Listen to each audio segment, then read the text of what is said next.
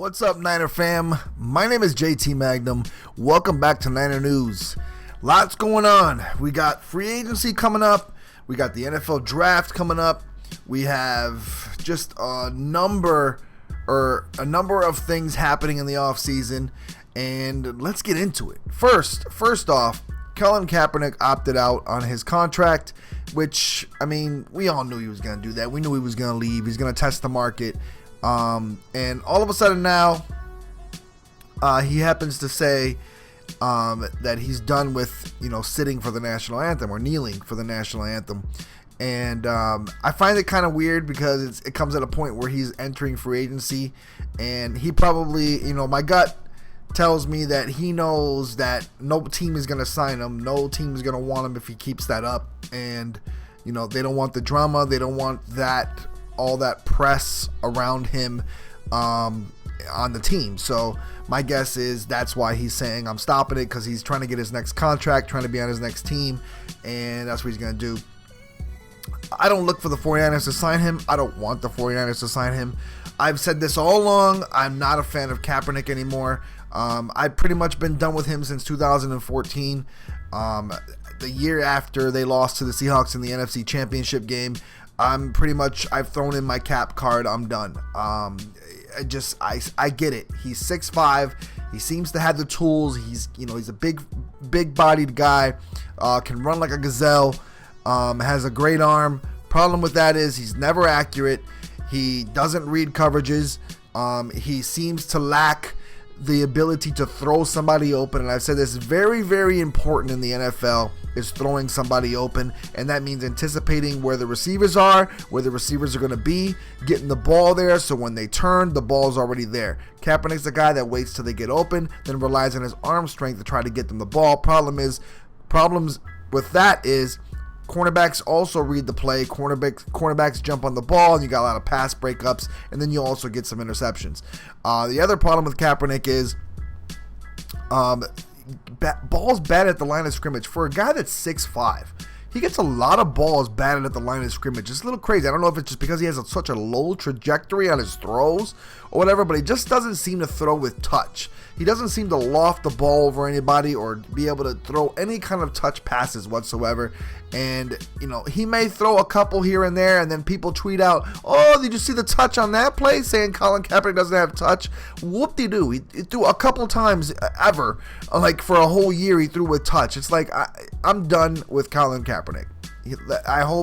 I wish him the best. It was a great, getting us to the Super Bowl. It was great, the year after getting us to the NFC Championship game against Seattle, but, he did throw 3 interceptions in that game. So I'm done with Colin Kaepernick. I've thrown in my cap card. I hope we move on from that.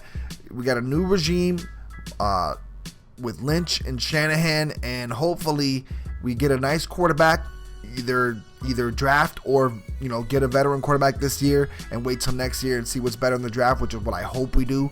I will get into that in a second, but I'm done. I want to move on. I'm glad he created more cap room for us, and that's great. So let's talk about free agency. Now that the cap thing is over with, we need a quarterback. So I'm going to talk about quarterbacks first. Now, we can trade for one, or like I said, we can try to get a veteran, or wait till somebody's released and try to pick one up, a la Jay Cutler or somebody like that. I'm a little iffy about all these quarterbacks, but I'm going to maintain that there's 4 of my favorites at this point that the 49ers can sign that are veterans or trade for or whatever, that the 49ers can sign, and then hopefully next year draft one next year and see what happens. I think they should still sign Christian Ponder back, just to get him cheap, and just get somebody on the roster, maybe a Matt Schaub, somebody they can sign really cheap and just get him on the roster for backups. And I think they should either trade for Kirk Cousins, which I doubt's going to happen. It keeps a lot of people think that's going to happen. I don't see this happening, but I think A.J. McCarron is a nice option to trade for, because it's going to cost us less of a draft pick, and it's gonna be cheaper basically than Kirk Cousins. And the other one the other 2 are Jay Cutler and Tony Romo. Now, with Jay Cutler, you never know which Jay Cutler you're going to get, and he hasn't been good for the last few years. Now, he did have one of his best seasons under Mike Shanahan and his offense, and Kyle Shanahan obviously runs a very similar offense, and Jay Cutler would know that. Now, if you pair him with some decent wide receivers and, a good running back and a good running game, Jay Cutler can be pretty effective, especially with play action. He's a very good play action quarterback, and I wouldn't mind seeing that, especially if they're going to draft somebody. I just don't want them to draft a quarterback this year. I think that we have a need at quarterback, but we don't need to not have patience and wait for a good one to come up next year. Because this year, I don't like the quarterbacks. I don't like any of the quarterbacks that are in the draft this year. I don't like them. Last year, I loved Dak Prescott. I loved Paxton Lynch. I was so on Carson Wentz and Jared Goff, but I really loved Paxton Lynch and Dak Prescott. Dak Prescott ended up being a stud, and the rest is history. But I just did not like the quarterback class this year that's coming out. I don't see anyone that has potential to be a day one starter. I don't see anyone that has potential to even be near a Pro Bowl caliber quarterback. I just don't see it. Maybe somebody else can convince me. I don't know, but I don't see it. So that also leaves Tony Romo. I like Tony Romo a lot. I've mentioned it before. The only problem with Tony Romo is that just his injury problems, and that's why I said it's important that if we do draft a quarterback, we draft a guy like Tony Romo to groom, or we sign a guy like Tony Romo to groom him, because it looks like Dallas might cut him. But at the same time, I'm a little nervous signing Tony Romo because it's going to be a waste of money, because he might get hurt and might miss like 10 games. You don't know, but that's the problem. But the good thing about having Tony Romo on the sidelines is to be able to teach the young guys how to play quarterback, and that's what I like about Tony Romo. He's got a great mind. Probably could be a coach. Probably could be a quarterback's coach. I mean, the guy groomed Dak Prescott and helped Dak Prescott so much last year.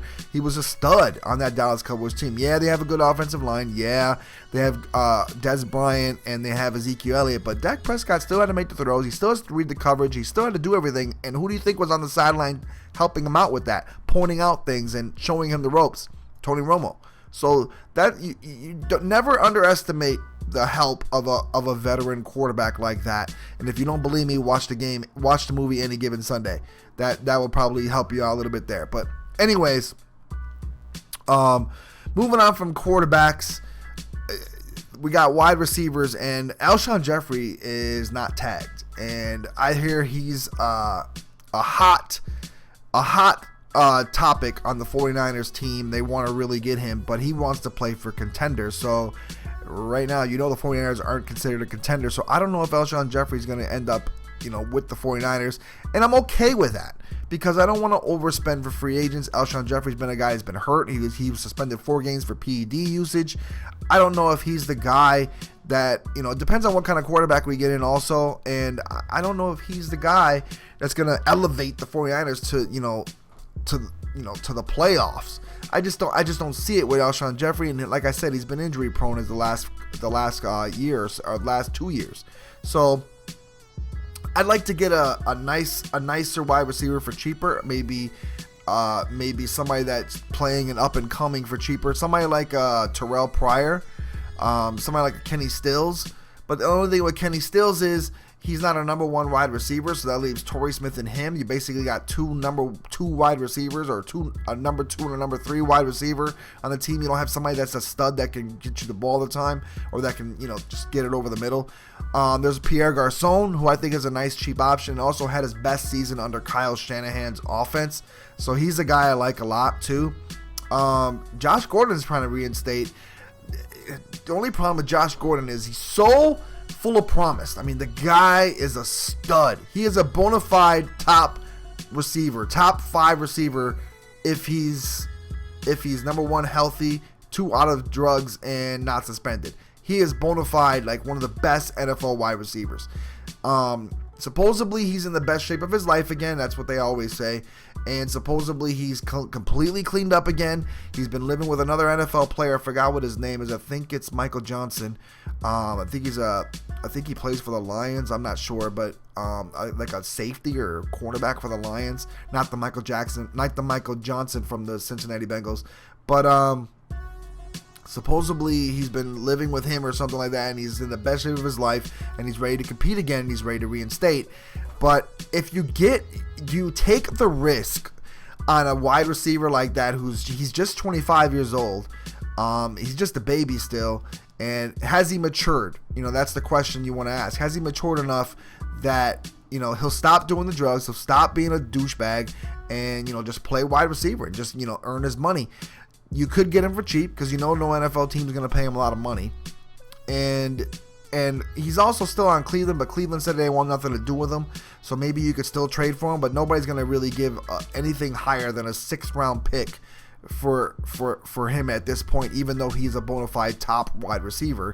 But he's just so full of problems that you just never know. Now, I'm telling you, if it was me and I'm John Lynch, I probably would take a chance on Gordon. Because, if he costs you a 6th-round pick, who cares? What's a 6th-round pick? It's a guy you're probably going to cut anyways.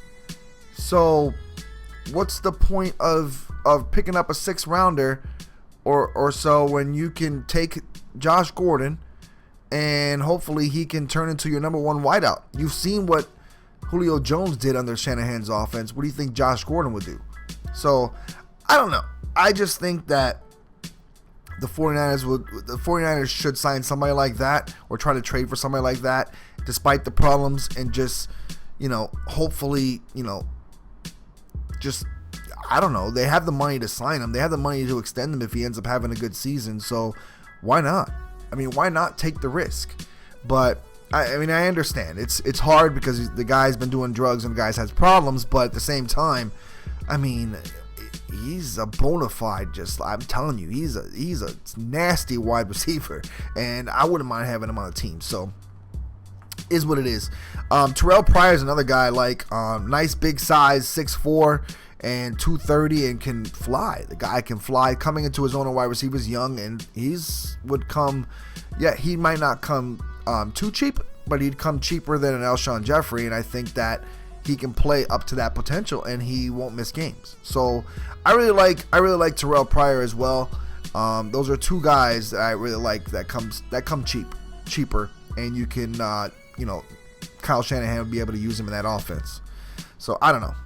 But defense is where it's at. The 49ers are switching to a 4-3, and we need some defensive line help. We need some defensive tackles. We signed Earl Mitchell. We signed DeAndre Carter, a wide receiver, and we signed Quan Williams, a cornerback.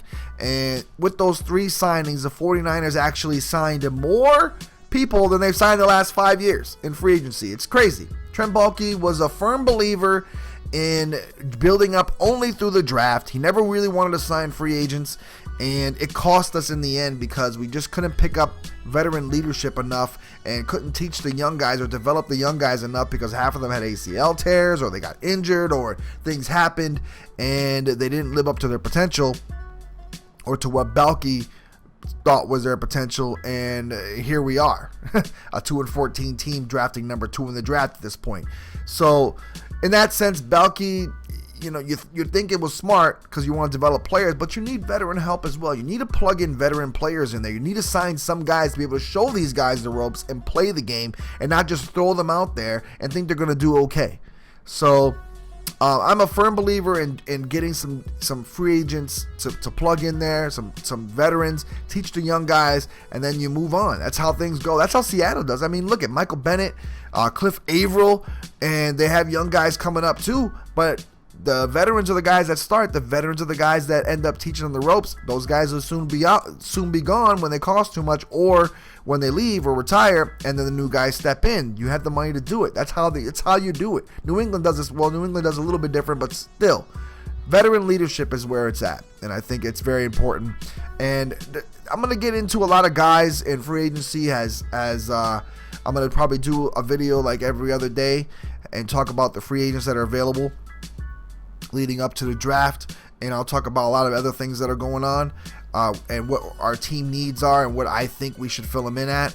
But there are definitely a lot of guys out there that I think the 49ers could sign on defense and would make a good impact and be able to develop the younger guys that we already have on the team, or implement them in the rotation to have a pretty solid defense and a pretty solid foundation to begin with, especially with the money. I mean, we're at, I think, over 90 million under their cap. Like, we have the second most money behind the Browns, who have over 100 million. How they got that much, I have no clue. But the Niners, with Cap opting out, should have just about 90 million, or just about a little over 90 million under the cap. So we got tons of cap space. So we can sign some decent guys. We'll be fine. Sign some decent veterans. Develop these young draft picks, and then when those veterans are gone, these draft picks are ready to step up. That's how it should be, and keep drafting them, and then those guys teach the next guys. That's how you do it. You build the team with team needs. You grab guys that are quality veterans, and you implement them in the team, and then you roll with it and see how it goes. So hopefully Kyle Shanahan and John Lynch do that. Hopefully, and maybe with that philosophy, maybe we can get back to the playoffs either this year, which I doubt is going to happen, or maybe at least next year or the next year after. Who knows? But I think it's a 2 or 3 year process. I don't think it's going to be like a 1 year turnaround. But if it is a 1 year turnaround, then hey, I'll take it too. I'm not gonna say, oh God, we made the playoffs, this sucks. That's for sure. So I'd definitely like to see the 49ers again in the playoffs. So let me know in the comment section who your free agent guys that you're targeting are. There's a lot of free agents. There's a lot of good free agents, a lot of good defensive tackles and ends. Not that many ends, but there's definitely a lot of defensive tackles, a lot of cornerbacks, some safeties, a lot of wide receivers to choose from. Let me know what you think the 49ers team needs are.